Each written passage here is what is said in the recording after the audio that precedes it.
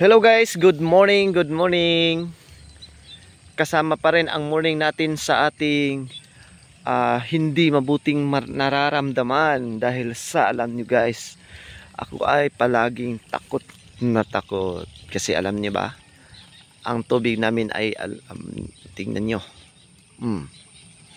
ang tubig ng Agusan River ay patuloy pa rin bumaha. Ngayon ay araw ng Lunes. Tingnan nyo, February 5. O, tingnan nyo guys, grabe. Kagabi mga alas 12 ako, gumising ako. Dito na, pumasok na sa ito na yung level sa, tingnan nyo guys, ito na yung level sa Sapa. Itong na to, ito sana yung exit ko papuntang Sapa, pero pumasok na dito yung pumasok na dito sa Canalitas tong tubig Sapa, dahil ito na yung level sa Sapa. Kaya unti-unti na tong pumasok dito sa aking isa kakahon. O, tingnan natin guys dalawa na lang kaming natira dito na hindi inabot. Pero hindi lahat yung yung isang kahon na yan ay dinaanan na yan, dahil dumaan na doon sa may puno na ng mangga ang tubig Agusan, dahil nandun na din yun. Yung tingnan nyo, namumuti-muti na yung sa unahan. Kaya yan, pangit yung boses ko mga ka-farm, dahil sa alam nyo ba ay malamig ngayon. Napaligiran kami ng tubig. O, tingnan nyo, nagbistola ng dagat. Sana maging dagat na lang palagi yan talaga. Kasi gusto madali lang maligo. Saka dito banda mga ka-farm, yung sa likod parang nabaliktad na. Nandun na yung fish pan ko, pero nandyan lang pala yung fish pan ko. Tingnan nyo. Diba? Ang natitira dito mga ka-farm is sa akin lang talaga. At saka may isang may kalahating party sa aking neighbor farm. Tapos ang isa ay din, nakuha one part. Yan. Tapos ang palagi talaga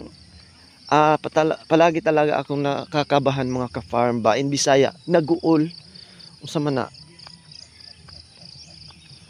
Wala ko kasabot kung unsay nag-uol.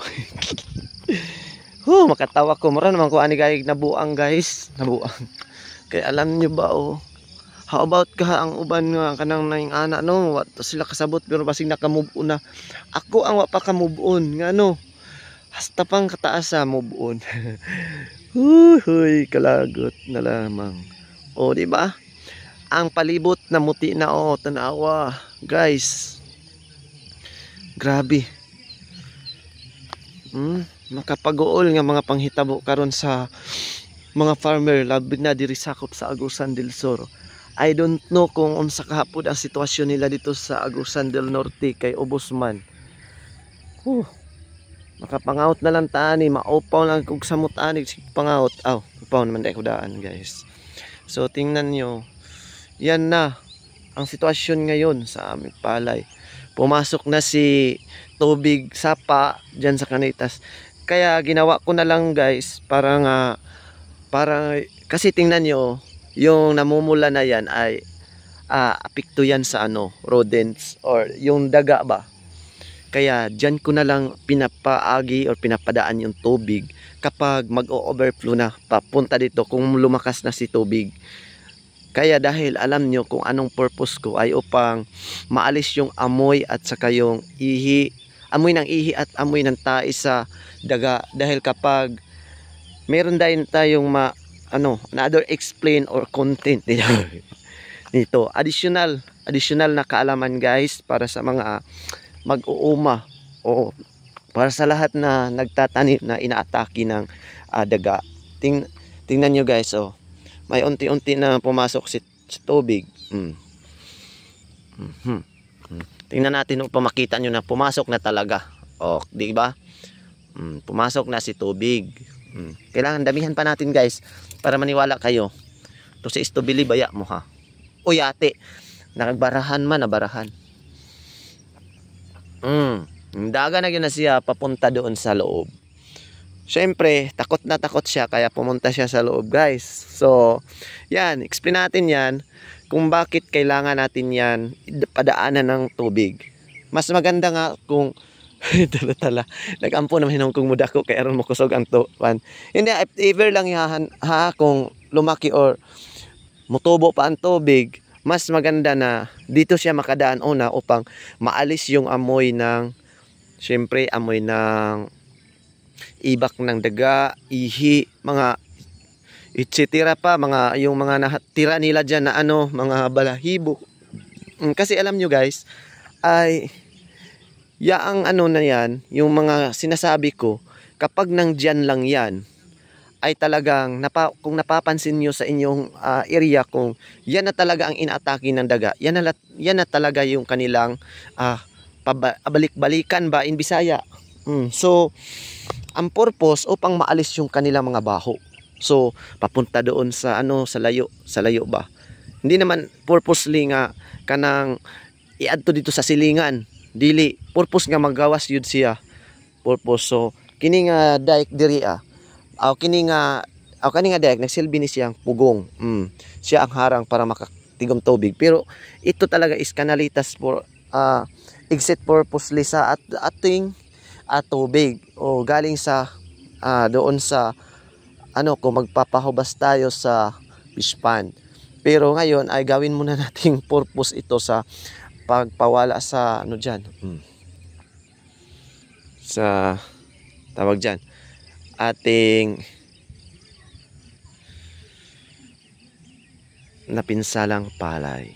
Medyo nalag ako guys dahil tumingin ako doon sa may naglalambat kasi o di ba? Gumawa na tayo doon ng exit. So mas mabuti siguro puntahan natin, di ba? Hindi ako nakapagbuta kasi ano, tugnawan ako. Tugnawan. So, exhibit natin tong ating ginawa, guys. O, di ba? Merong kumain kagabi. Tingnan nyo, guys, merong kumain. So, ibig sabihin, may daga pa na nakasuroy-suroy diri sa atong paligid sa palayan. So kailangan talaga gabi-gabi maglagay, bago ang gabi maglagay tayo ng mga lason sa mga beating station na ating inihahanda. So far guys, ito pa yung nakita natin. Hindi pa yung doon sa malaki nating tawag dito sa Bisaya, kahon. Di ba? Sakit man sa damdamin mga ka-farm, pero hindi naman natin gustuhin to, pero gusto nila gusto nila di ba? Kaya inaatake. Mas mabuti pa nga yung ganyan naabot na yung katabi ko. Yung katabi ko kasi nadaanan na ng tubig. Di ba? Dito ay nako.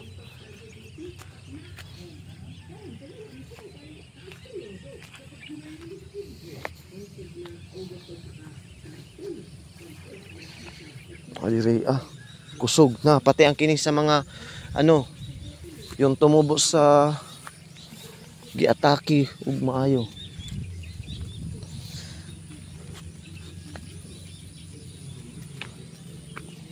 Grabe, as in guys, marami. Marami guys. So mabuti pa tong sa kanila is di na magalaw dahil may naglalambat Daghan din.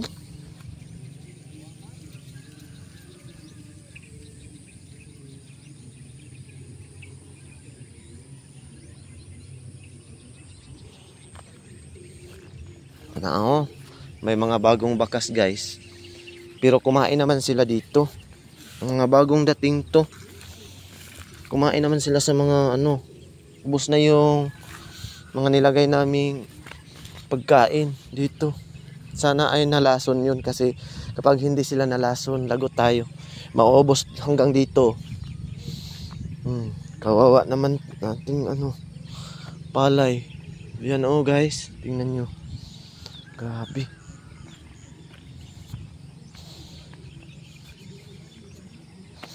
Yun ang sinabi ko sa inyo guys. Kawawa yung matitira. Kawawa yung matitira kapag lumaki yung tubig Agusan River. Kawawa kami mga farmer na tulad ko, natitira itong area namin, tapos yung iba kapag ganito lang na mas safety siya pag ganito ra, pero pag katulad doon naman hindi naman sila safety, di ba? Kasi mabubulok yan kapag matagal pa. Alam niyo yung tubig ay madaling patubuin, pero matagal mawala or muhubas. Kaya hindi pa rin tayo kampante na mas safety sila, dahil alam nyo mga ka-farm, naku po, matagal pa yan mawala. Kawawa pa din sila. O kailangan ditong dagdagan ng dito oh.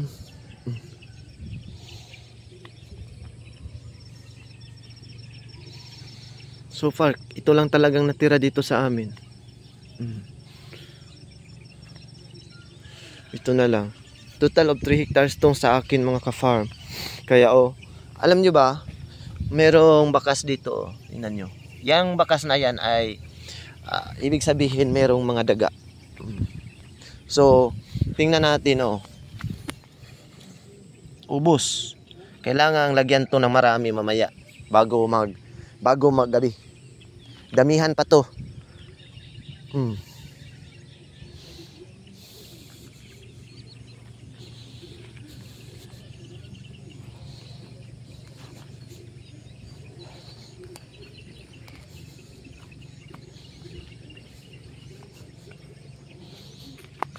Kailangan tong damihan guys upang hindi na makapunta doon sa gitna ng palay. Ang sakit.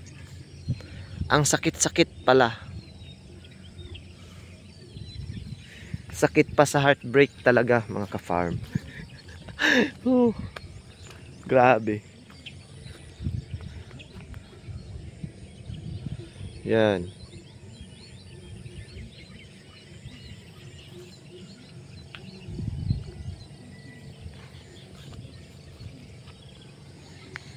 Nagmisto lang dagat yung paligid natin guys.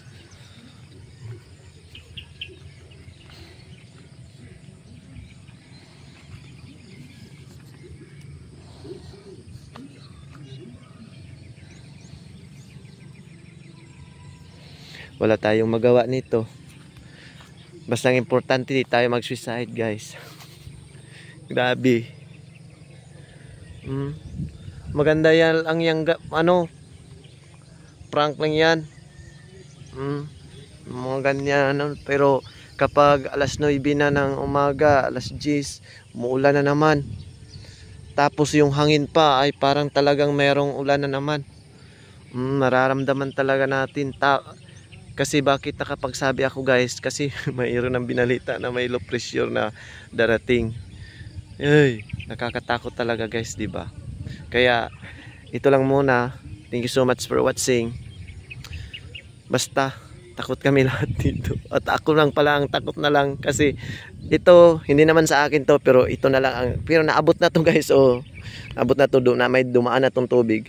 Pero sa akin is mas mabuti pa ganyan, maabot na lang sana para walang